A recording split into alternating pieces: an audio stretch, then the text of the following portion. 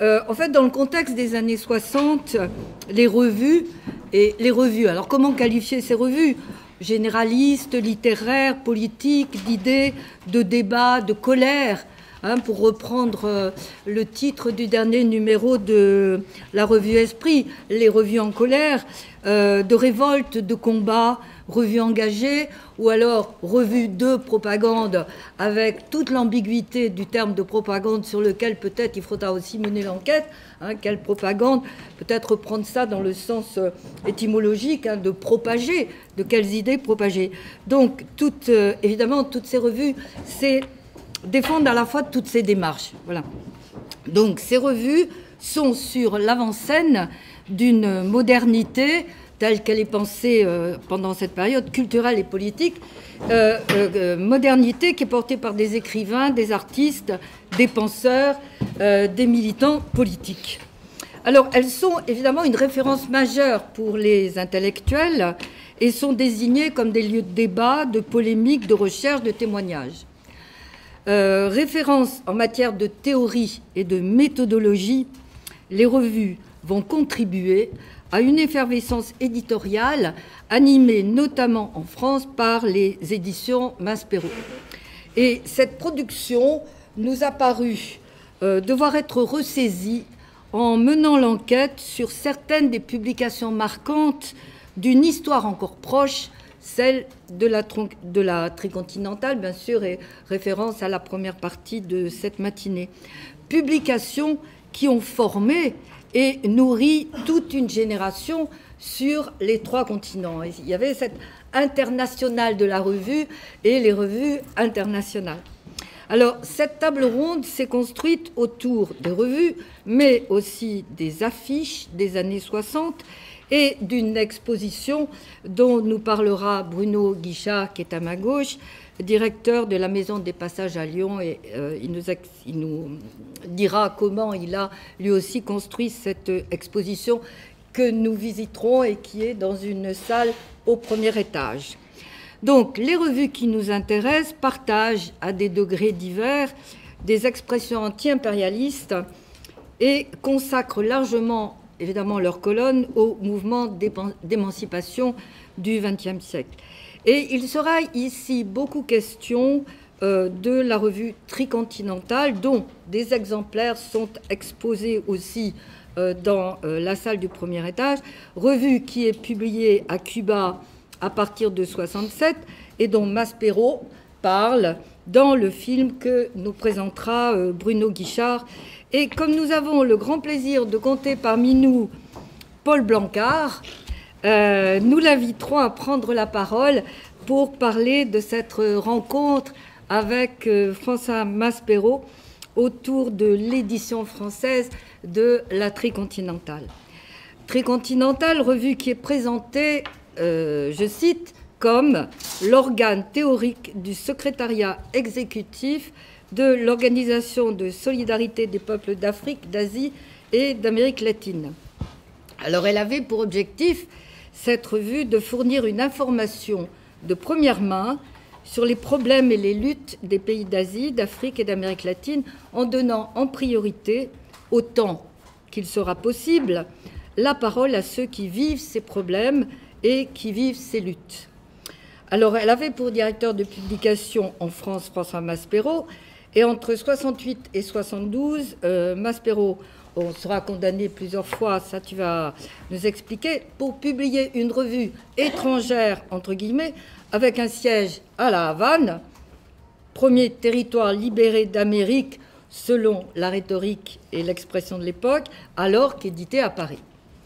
François Maspero avait déjà créé en 61 la revue Partisan, qui est aussi, dont quelques numéros sont exposés dans la salle du haut, revue qui était à la fois littéraire et politique, où s'exprimaient nombre des dirigeants des luttes anticolonialistes et anti-impérialistes, Castro, Le Che, Ahmed Ben Bella, etc.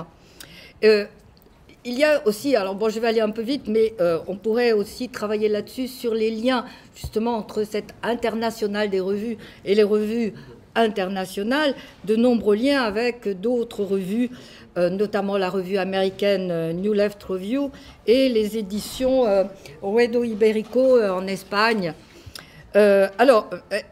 Maspero éditera aussi dans les années 70, et ça c'est un peu la continuité aussi, dans la continuité des publications des années 60, bien d'autres revues qui pour lui étaient des outils de débat pour penser le monde.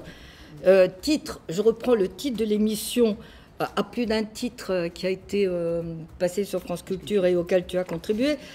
Donc la revue, je cite la revue L'Alternative, qui avait pour sous-titre « Pour les droits et les libertés démocratiques en Europe de l'Est ». Et la ligne éditoriale de cette revue était de contribuer au dialogue entre ceux qui ne se reconnaissent ni dans le système socialiste, qui n'en a que le nom à l'Est, et ni dans le système capitaliste à l'Ouest.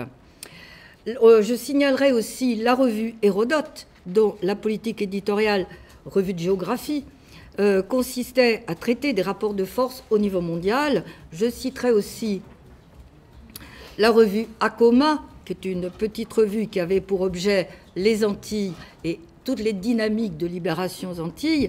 La revue Israq aussi, dont on a parlé, enfin on n'a pas parlé de la revue, mais du conflit israélo-palestinien. Et hier soir, Michel m'a aussi parlé de la revue Souffle, qui est une revue marocaine, mais bon, on y reviendra. Alors, d'autres revues encore contribueront à, je cite, analyser le monde pour le transformer.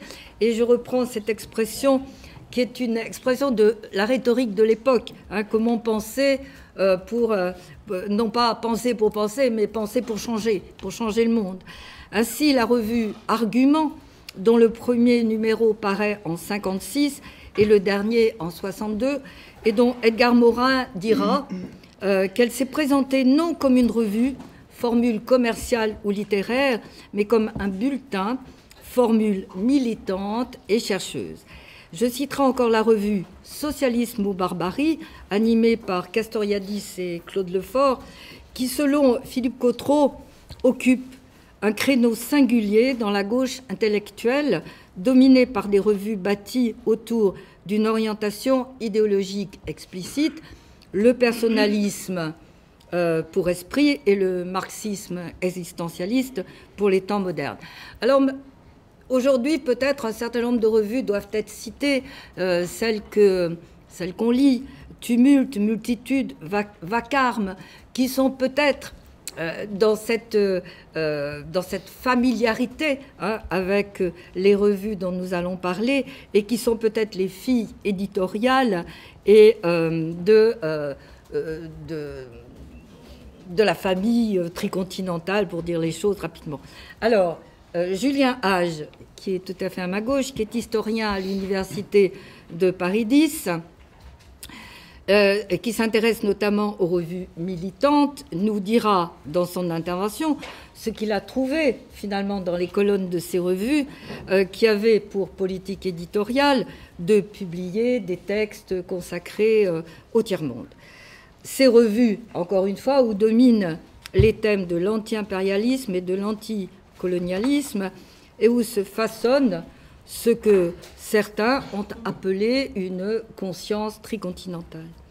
Ensuite, nous entendrons Olivier Hadouchi, qui est à ma droite, qui est historien du cinéma, et qui s'intéressera, lui, à l'esthétique de l'affiche tricontinentale. Et quelques questions peut-être que l'on pourra lui poser, c'est dans quelle mesure l'esthétique peut-elle être pensée comme un reflet de la réalité de l'engagement militant?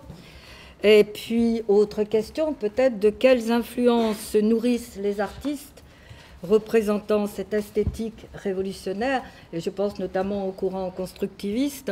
Et, au fond, peut-on parler, mais bon, peut-être vaste débat, et peut-on parler d'esthétique révolutionnaire? Bon.